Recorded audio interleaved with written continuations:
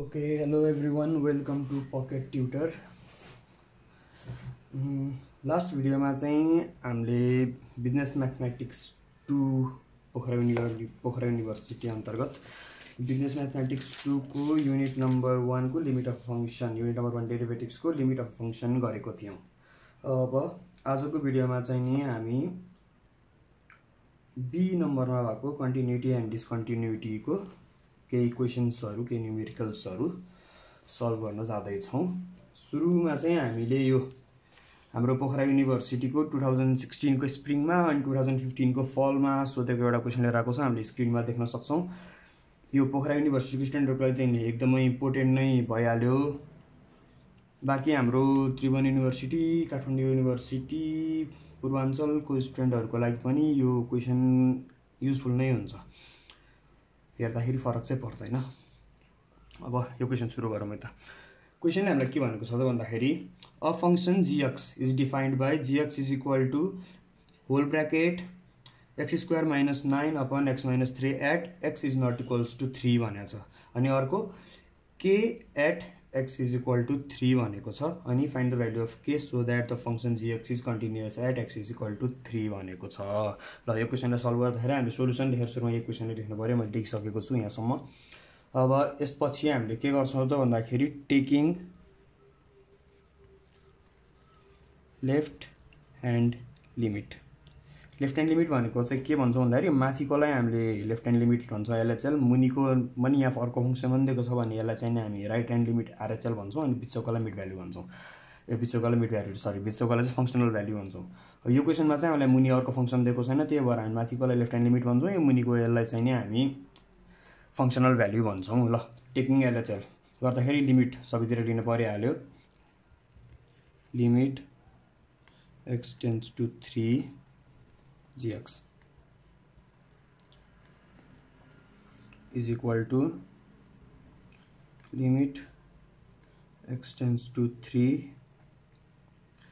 यहाँ के दिएको छ राइट लेफ्ट ह्यान्ड लिमिटमा हामीलाई x square minus 9 by x minus 3 भनेको छ। अब यसलाई हामीले is equal to x square minus 3 square गर्न पाउँछौ कि पाउँदैनौ? पाउँछौ नि। x minus 3 यो गर्न मिल्यो। अब यो के को फर्ममा आयो त भन्दाखेरि हामीले अस्ति पनि पढेको छौं। यो चाहिँ हाम्रो के को फर्ममा आयो त भन्दाखेरि xn minus an upon x minus a is equal to nan minus 1। यो हामीले अस्तिको भिडियोमा पनि पढेको छौं है।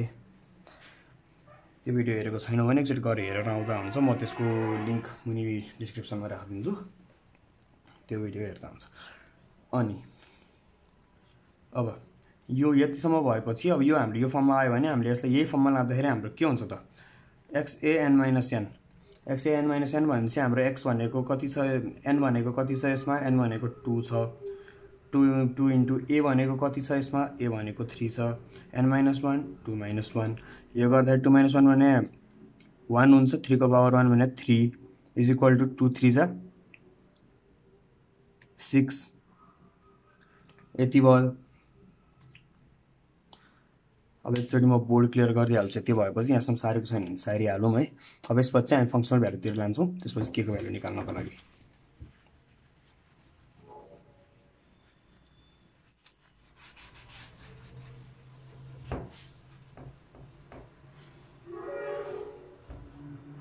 ओके ल अब चाहिँ functional value for फंक्सनल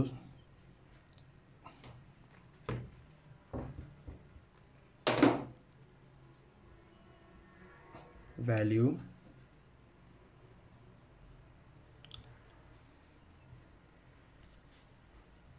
फंक्सनल value g x को ठाउँमा हामीलाई क्वेशनले भनेको छ x is continuous at 3 भनेको छ। त्यही भएर x is equal to 3 भएको भएर यहाँ 3 लाग्छ x को ठाउँमा is k फंक्सनल भ्यालु भनेर हामीले अघि भर्खरै भनेको थियौं। सिन्स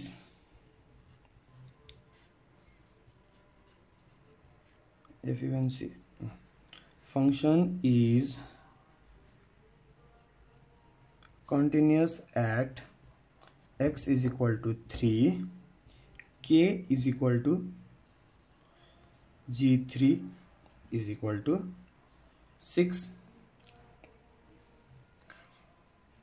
फंक्शनल भ्यालु हाम्रो के भन्छ g3 अघि त क्वेशनमा दिएको छ g3 के उ गर्दाखेरि हाम्रो x इन्टु 3 गर्दाखेरि त्यतिखेर हामीले गरिसक्यो gx मा के हाम्रो के आएको त्यसको अघिनको के भन्छ लेफ्ट ह्यान्ड लिमिटको त्यसको भ्यालु 6 आएको थियो। त्यो भएर k is equal to gx is equal to function value is equal to 6 भयो भनेपछि function value is equal to 6 त्यो पनि इज इक्वल टु k छ भने के हुन्छ k इज इक्वल टु 6।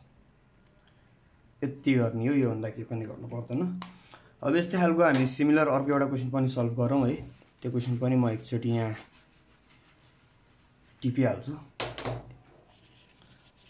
त्यो क्वेशन चाहिँ यो क्वेशन ल यो क्वेशन चाहिँ हामीलाई कहिले कहिले सोधेको छ भन्दाखेरि 2021 को फलमा 2018 को फलमा 2011 को फलमा। यो क्वेशनमा के भनेको छ त भन्दाखेरि हामीलाई which shows that the demand increases infinitely that revenues increases sorry हैन चाहिँ माथिको मुनि आएको रहेछ सोलुसन के गरी लेख्छन्। A function fx is defined by fx is equal to भनेको छ ब्र्याकेटमा 2 minus x square 4x is greater than 2 अनि 3 4x is equal to 2 अनि x minus 4x is less than 2 भनेको छ। त्यसलाई यसरी लेखौँ है त। अब function fx is equal to 2 minus x square 4 x is greater than 2 3 4 x is equal to 2 x minus 4 x is less than 2 sorry greater than 2 माथि less than 2 मैले मिस्टेक भनेछु है। त्यसलाई मिलाएर बुझ्दा मिल्छ। अब यो क्वेशनमा के गर्नु पर्यो taking left hand limit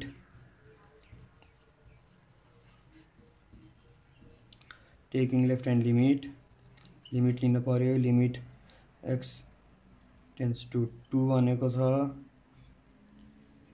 fx is equal to फेरि लिमिट x टेन्ड्स टु 2 त्यसपछि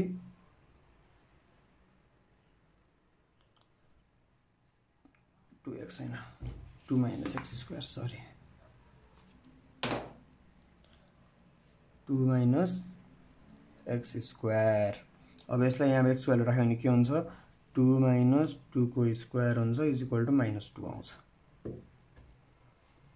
अगेन फंक्शनल भ्यालु गर्न पर्यो।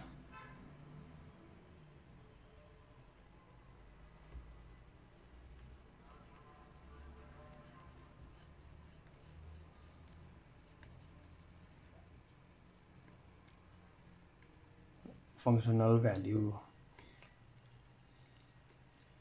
अब यसमा फंक्शनल भ्यालु भनेर पुरै लेख्नु। Functional value f2 at x equals to 2 हामीलाई क्वेशनले भनेको छ x equals to 2 भनेर फंक्शनल भ्यालु इज 3 यहाँ क्वेशनले भनेको छ इज 3 भनेपछि यसमा के आयो फंक्शनल भ्यालु 3 आयो।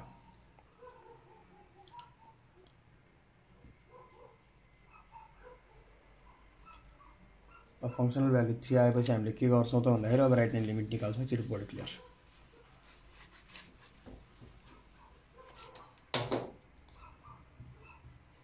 Four right hand limit RHL को लागि के गर्छौं त अब भन्दाखेरि limit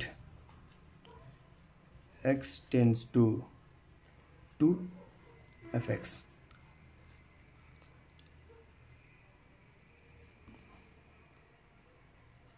is equal to limit x tends to 2 x tends to 2 मा यहाँ भ्यालु कति छ हाम्रो यसको x minus 4 यसमा नि अब त्यही गरी यहाँ भ्यालु राख्दै भन्दाखेरि 2 minus 4 is equal to -2 हुन्छ देयरफोर अब हामी लेख्छौँ के लेख्छौँ right hand limit is equal to left hand limit but is not equal to functional value f2 therefore limit f3 exists यो एक्जिस्ट किन गर्यो त भन्दाखेरि right hand limit is equal left hand limit छ त्यही भएर एक्जिस्ट गर्यो तर फंक्सन कन्टिन्युअस छैन किन फंक्सनल भ्यालु चाहिँ इक्वल छैन RHS is equal to LHS is equal to functional value भएको भएदेखि लिमिट f3 एक्जिस्ट पनि हुन्थ्यो फंक्सनल भ्यालु कन्टिन्युअस पनि हुन्थ्यो अनि यो तीनटै नट इक्वल भएको भए लिमिट पनि एक्जिस्ट गर्दैन थियो फंक्सनल भ्यालु पनि नट कन्टिन्युअस हुन्थ्यो तर यहाँ right hand limit is equal left hand limit छ तर फंक्सनल भ्यालु इक्वल छैन त्यही भएर लिमिट f3 एक्जिस्ट तर फंक्सन इज नट कन्टिन्युअस यति हुन्छ ल यो यस्तै खालको सिम्पल क्वेसन छ त्यस्तो केही पनि छैन यो सक्यो भनेदेखि हाम्रो 5 मार्क्सको लागि सोध्छ यो क्वेसन अब यही टपिकमा हामीलाई 2 मार्क्समा सोध्ने एकदमै सिम्पल सजिलो क्वेसन छ त्यो पनि हामी एउटा सल्भ गरौँ यो चाहिँ हामीलाई 2014 को 2014 को स्प्रिङमा सोधेको एउटा क्वेसन छ यस्तै खालको अरु क्वेसनहरु पनि सोधिरहेको हुन्छ यस्तो क्वेसन सोध्यो भने चाहिँ ज्याकपटै बराबर हो यसमा के पनि छैन त्यस्तो एकदमै सजिलो क्वेसन छ यो क्वेसनले चाहिँ के भनेको छ भन्दाखेरि find the points of discontinuities of function fx is equal to 2x upon x square plus ax cube plus x square minus x minus 1 भनेको छ के भनेको छ find the discontinuities of the function कुन फंक्सनको डिस्कन्टिन्युटिज निकाल भनेको छ भन्दाखेरि 2x upon x cube plus x square minus x minus 1 यसको डिस्कन्टिन्युटिज निकाल भनेको छ अब यसमा हामीले गर्नको लागि के गर्न पर्छ त भन्दाखेरि हामीले यसमा माथिको भ्यालुलाई हेर्नै पर्दैन मुनिको भ्यालुलाई मात्रै हेर्ने न्युमरेटर हेर्नु पर्दैन डिनोमिनेटर सुरुमा ल्याङ्ग्वेज लेख्नु पर्यो के लेख्नु पर्यो the function discontinues when x cube plus x square minus x minus 1 is equal to 0 यसमा डिस्कन्टिन्यू हुन्छ अब यो भनेको नि हाम्रो बेसिक न्युमेरिकल इक्वेसनमा आइहाल्यो हामी सल्भ गर्न सकिहाल्छौँ यसलाई सल्भ गरौँ अब और यहाँबाट x स्क्वायर कमन लियो भनेदेखि के हुन्छ x minus 1 मा के हुन्छ x स्क्वायर कमन लियो भनेदेखि यहाँबाट -1 कमन लियो भनेदेखि के हुन्छ x minus 1 मा के हुन्छ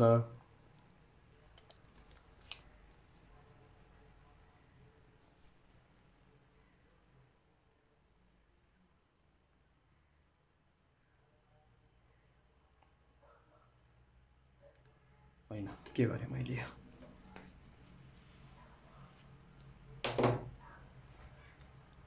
और यहाँबाट x स्क्वायर कमन लियो भनेदेखि x plus 1 मा के हुन्छ यहाँबाट -1 कमन लियो भनेदेखि मैले x plus 1 मा के हुन्छ इज इक्वल टु 0 और x स्क्वायर minus 1 भयो x plus 1 भयो इज इक्वल टु 0 अब यसलाई सल्भ गर्दाखेरि हामीले के गर्नु पर्यो यसलाई पनि हामीले यही टर्ममा लग्दियौं और x minus 1 a square minus b a plus b plus 1 is equal to 0 अब यसलाई हामीले इधर और गर्दाखेरि